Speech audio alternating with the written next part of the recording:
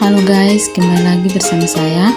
Perkenalkan, nama saya Bena Nyarlai, NIM 2021-87021. Saya dari kampus PSDKU Unpati Maluku Barat Daya, pendidikan guru sekolah dasar. Di sini saya akan membawakan materi tentang pencemaran lingkungan. Selamat menyaksikan materi yang saya bawakan.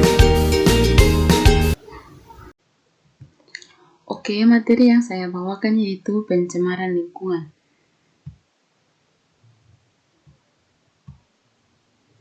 Yang pertama, pengertian pencemaran lingkungan. Pencemaran lingkungan adalah perubahan besar pada kondisi lingkungan akibat adanya perkembangan ekonomi dan teknologi. Perubahan kondisi tersebut melebihi batas ambang dari toleransi ekosistem sehingga meningkatnya jumlah polutan di lingkungan. Faktor yang menyebabkan terjadinya pencemaran lingkungan antara lain meningkatkan jumlah penduduk dan kegiatan eksploitasi alam yang tidak terkendali serta adanya industrialisasi yang tidak baik dikelola dengan baik. Selain itu, banyak juga aktivitas sehari-hari yang tanpa disadari menjadi penyebab faktor kerusakan lingkungan. Di antaranya ada 8. Yang pertama, penggunaan kantong plastik secara masif. Yang kedua, penggunaan sampah dan limbah deterjen ke sungai. Yang ketiga, penggunaan AC berlebihan. Yang keempat, pembuangan limbah elektronik yang tak sesuai aturan. Yang kelima, pembakaran hutan. Yang keenam, penggunaan kendaraan pribadi sehingga menimbulkan lebih banyak polusi. Yang ketujuh, pembuangan limbah pabrik atau kotoran ke sungai. Yang kedelapan, penebangan hutan yang mengakibatkan hutan tak mampu menyerap karbon dioksida lebih banyak. Yang kedua, macam-macam pencemaran lingkungan. Yang pertama, pencemaran udara. Pencemaran udara dapat berupa gas dan partikel. Contohnya sebagai gas ini bersifat racun. Terdapat di kawasan gunung berapi, bisa juga dihasilkan dari pembakaran minyak bumi dan batu bara.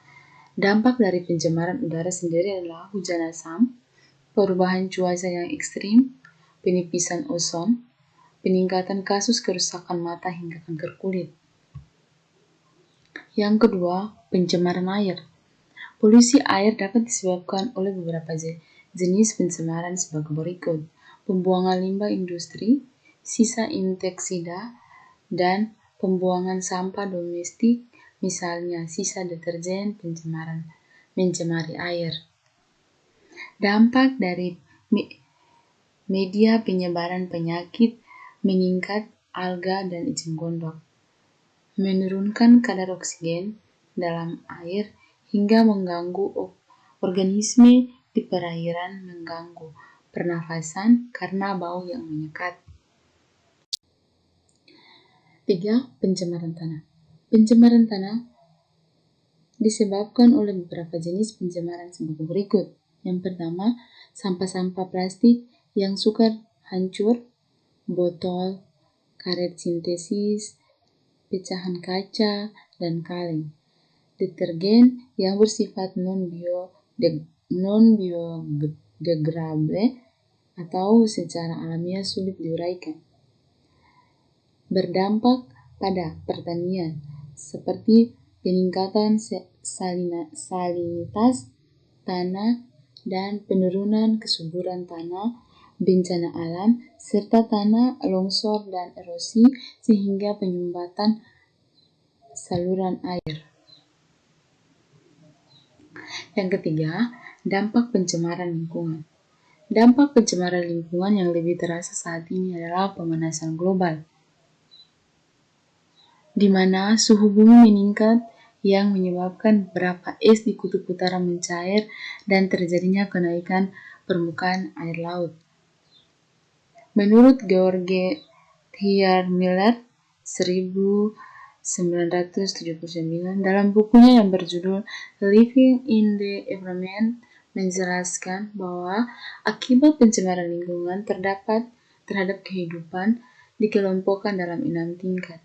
Adapun tingkat tersebut adalah sebagai berikut. Untuk tingkat pertama, gangguan estetika, misalnya bau. Yang kedua, kerusakan properti, misalnya bahan logam menjadi karatan. Yang ketiga, gangguan tumbuhan atau hewan, misalnya penurunan hasil pertanian. Tingkat 4, mengganggu pada kesehatan manusia, misalnya penyakit saluran pernapasan. Tingkat kelima itu kerusakan secara genetik dan reproduksi manusia. Yang keenam, gangguan pada ekosistem secara luas, misalnya perubahan iklim dan global.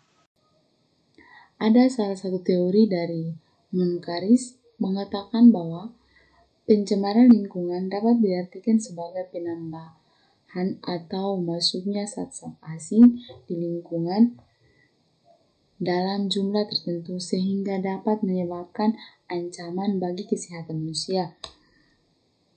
Terganggunya kehidupan, terganggunya ekosistem, dan kerusakan sumber daya alam suatu ekosistem. Yang saya ambil dari pencemaran lingkungan itu pembuangan sampah sembarangan. Pada pembuangan dampak sembarangan ini memiliki dampak positif dan dampak negatif. Pada dampak positif terhadap pembuangan sampah sembarangan yaitu yang pertama, sampah merupakan pupuk yang sangat besar di ekosistem. Yang kedua, membuka lapangan pekerjaan baru bagi pemulung. Yang ketiga, sampah dapat dijadikan sebagai biogas. Yang ke dampak negatif membuang sampah sembarangan yaitu akan merusak pemandangan, mendatangkan bau yang tidak sedap, mendatangkan banjir, level rendah sampai yang tinggi, mendatangkan berbagai penyakit, dan dapat mencemari lingkungan. Oke, pada pembuangan sampah sembarangan yang saya fokuskan pembuangan sampah sembarangan karena pembuangan sampah sembarangan ini juga memiliki manfaat pada manusia. Menurut saya manfaatnya itu seperti kayak plastik, botol. Kalau botol kita bisa didaur ulang atau bisa kita ambil lalu kita mengukir atau menghiasi, dan itu botol itu juga bisa berfungsi sebagai pot bunga atau tempat pensil. Banyak manfaat dari sampah, tapi sampah juga memiliki dampak negatif.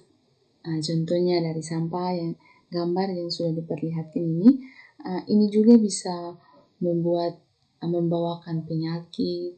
Dan kalau sering kita membuang sampah sembarangan seperti sampah basah, itu juga bisa menyebabkan bau yang tidak sedap, dan itu juga bisa membawakan penyakit kepada lingkungan sekitar seperti batuk, pilek, malaria. Itu juga kan penyakit menular. Jadi menurut saya marilah kita hidup sehat dan jangan kita membuang sampah sembarangan, buanglah sampah pada tempatnya.